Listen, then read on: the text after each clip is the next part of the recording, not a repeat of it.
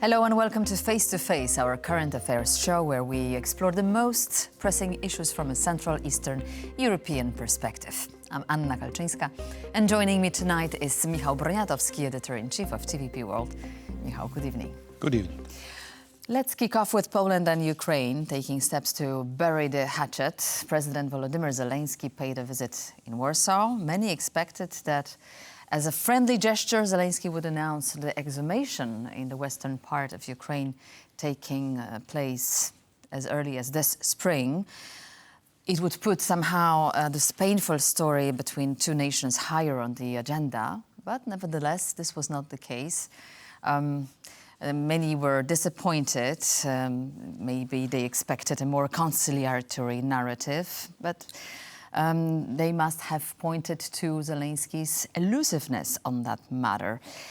However, Polish Prime Minister doesn't seem to be disappointed. He said, we cannot let ourselves be burdened by history. So does that mean that history is not the most important issue right now? I hope it is not. I think it's also a bit of a statement to call it a hatchet, which is in works in the relations between Poland and Ukraine. I would rather say that Polish-Ukrainian relations are complicated and are complicated by historical issues which have not been solved over the last 3 decades of Polish-Ukrainian relations.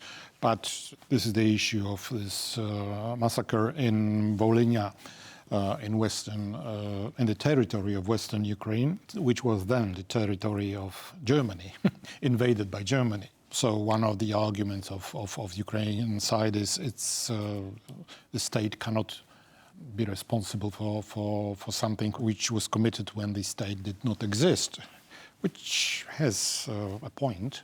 But of course it will be excellent and good for future, not only of our mutual relations, but also for future of Europe, if the two countries finally push history to its place, to the past, that they finally agree how to solve this problem and look into the future, because the future is very, very bleak, because it is not certain at all that Ukraine wins this war, defensive war with Russia, and if it loses, Poland will very quickly have a similar problem to Ukraine, which means we'll see Russian tanks on the border river Bug.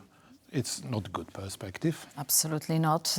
And Volodymyr Zelenskyy was quite clear about that, right? And he commented also Karol Nawrocki's, the presidential candidate, words and historical short-sightedness, as he said. You might as well start learning Russian now. It was perhaps a sarcastic, but he was true. You know, this is, of course, metaphoric language which you use at press conference.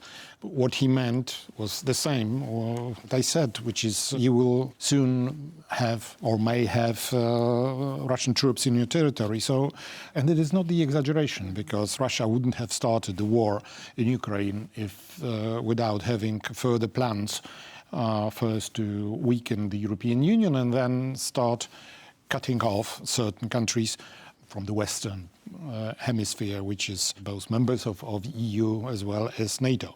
It's better to beware, to be afraid and take decisions based on this point of view, rather than constantly, as the recent Polish rulers from Law and Justice Party were always connecting this issue of history and historical conflicts between Poland and Ukraine with today's offers. The additional problem is that Tusk himself doesn't have a unity in his own government, because his deputy, Defense Minister Kosiniak-Kamysz, has been repeatedly talking about Ukraine without solving these problems about the massacre, cannot count on all full support from Poland in, for example, joining EU and NATO. So Tusk, for the first time, I think, so vehemently said enough. And those who don't understand it, he even called fools or traitors, which was a very, very, very strong statement in Polish politics. And because the matter of the Volhynia massacres is a very important domestic issue in Poland, while not fully understood in Ukraine. And such a statement from Polish Prime Minister, I think, is very important. And I'm sure Zelenskyy understands that he has to comply. Many may ask what was the real goal of this visit, because expectations varied. Also, this visit was announced by some press titles as the one making a special putting a special accent on these historical issues, right? Like Gazeta Wyborcza, for instance. So we would expect that Zelenskyy would come to discuss, to reconcile historical differences. Others also said that he wanted to discuss the possibility of NATO peacekeeping forces in Ukraine. Yes, I think this is the latter is a true issue which was really discussed and looked at in detail, because this announcements of the Polish press again domestic politics, concentrated on domestic politics, which not necessarily had to be discussed in depth between Tusk and Zelenskyy. I think that they took it for granted because it was already announced a few weeks before that Ukraine agrees for one of the main conditions of the Polish side to agree for exhumations. So it's done. One line included in the final declaration after this meeting in which Poland and Ukraine said, we welcome the progress in resolving the historical issues.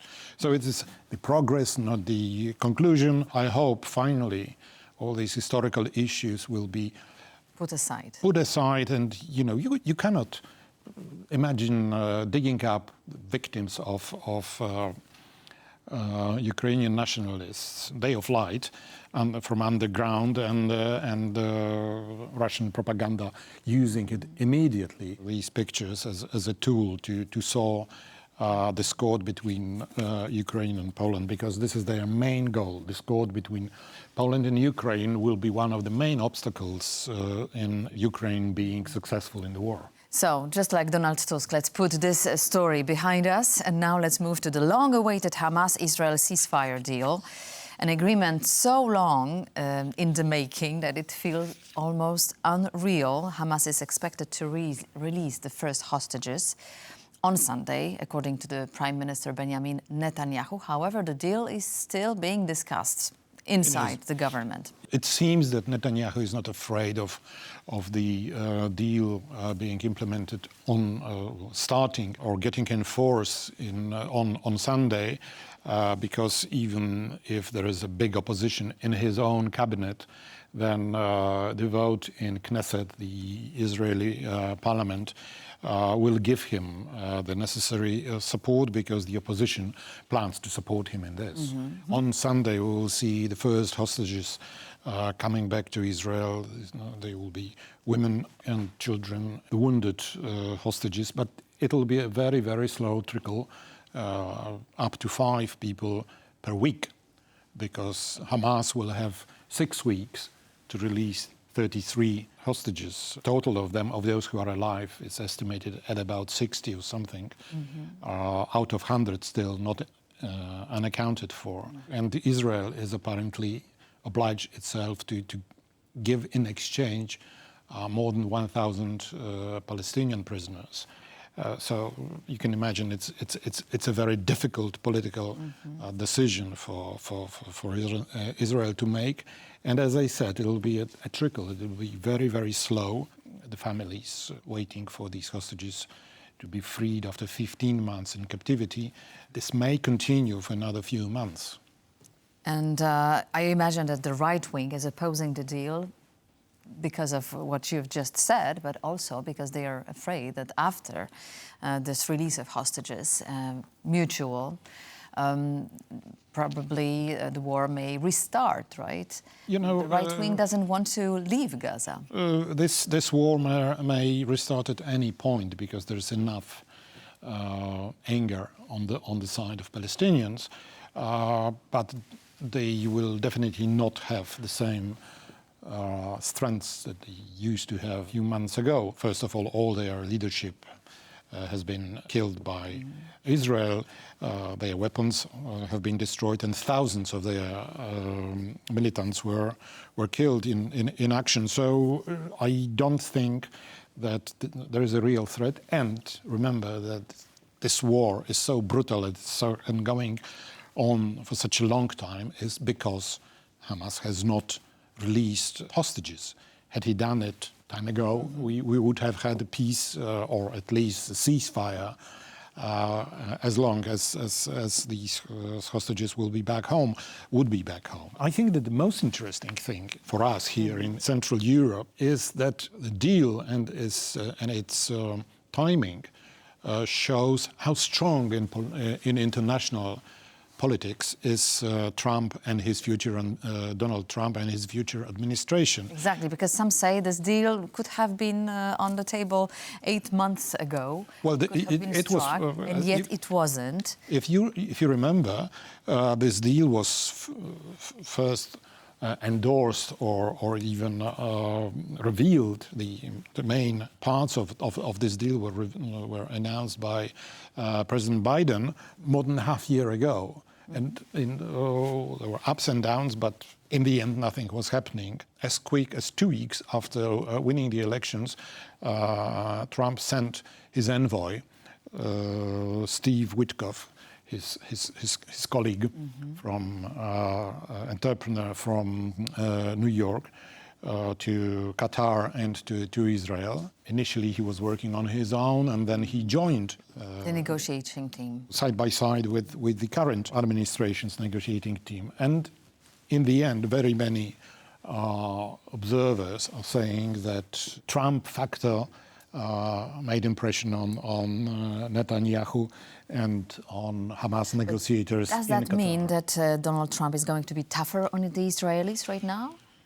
He's successful. I don't know if he's tougher. Remember, it's when he was first the president, he led to the historical so-called Abraham Agreement, in which Israel's very existence was admitted by several countries from the Gulf and Northern Africa. We were waiting for possible agreement to be clinched between Saudi Arabia and Israel, and nothing happened because first October 7 happened. So why I say it is important for us, because I think it shows how resolute and how, in fact, effective in international politics is Donald Trump. Since the war started, this fully-fledged war started in 2022, people tended to say that imagine what would have happened if it was not Biden but Trump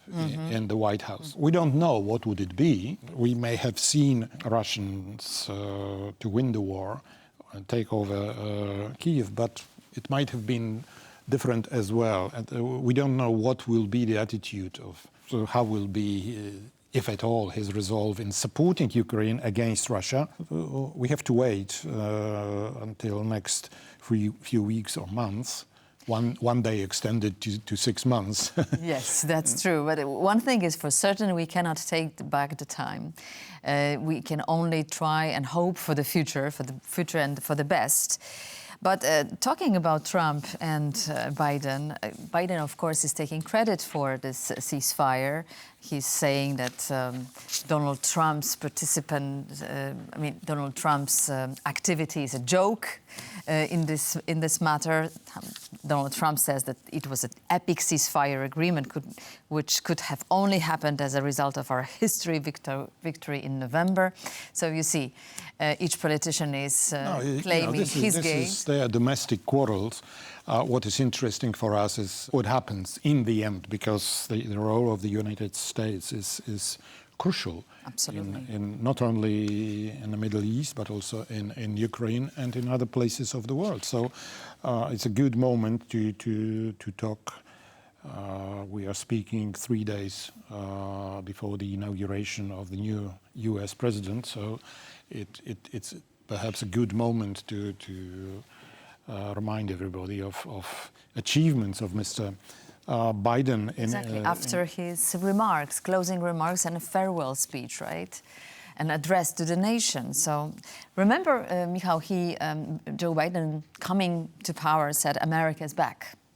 So let's reflect on this America coming back on international scene. Definitely America is back, or at least it has been present for the last 4 years in a different way than it used to be during the tenure of the President Trump. Trump has had his COVID, which probably cost him the second term. Biden had Afghanistan, from where he withdrew his forces in a bit shameful way, not a bit, really. Disastrous. Disaster, embarrassing for the U.S. might. And, then he had the war in Ukraine, in which really U.S. behaved the way it should have behaved. They took the leading role in organizing. At least in the first phase. In all phases, because, what we are afraid mostly now of is that America will not finance anymore. So it means that it is financing still. The question whether it is enough or not, but the leadership of the U.S. was absolutely crucial in making sure that Russia does not win.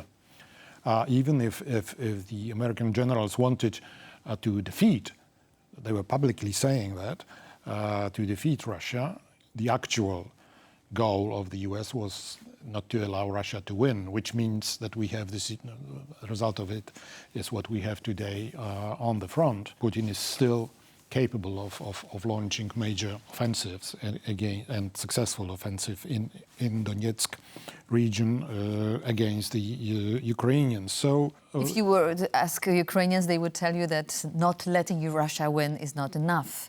And the Sullivan Doctrine made them stay where they are today and advance. Everybody would say that it was not enough, but on the other hand, a lot was there, and Americans are not the only ones to be blamed.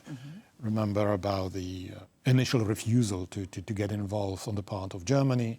France, until today, is not very generous provider of weapons for the Ukraine. The only countries which really behaved properly were Poland and Great Britain, for that matter. So in providing support and guidance. It was Great Britain which allowed tanks to be sent to the front, claimed planes and so on. And then, in fact, America was following their trail. So, yes, we can look at that as a sort of unfulfilled promises. But on the other hand, there were promises, and their fulfillment allows Ukraine to stay put. The legacy of Biden will be perhaps mixed, because he also didn't manage to force Israel to stop its brutal response to October 7 massacre. But on the other hand, these are facts of life, I would say, and his concern, Biden's and his team concern about the threat of Russia, of Putin using nuclear weapons, was always legitimate, and it hasn't stopped being legitimate. Just like you said, Joe Biden was the last Cold War president with deep understanding of the complexity of the situation and knowledge of Russians and Europe's history. Indeed, as opposed to Mr. Trump, who is his age almost, and also is a veteran of the Cold War, but he did not participate in it and didn't give a damn about it. And he was not interested in the Cold War and the times when it happened. So he's the businessman in the Oval Office. And I think that his business-like attitude may help in providing proper weapons to Ukraine in the end. Michał, thank you very much for these insights and for your comments and reflections tonight. And that's all what we've prepared for you tonight. Thank you very much for watching this episode of Face to Face.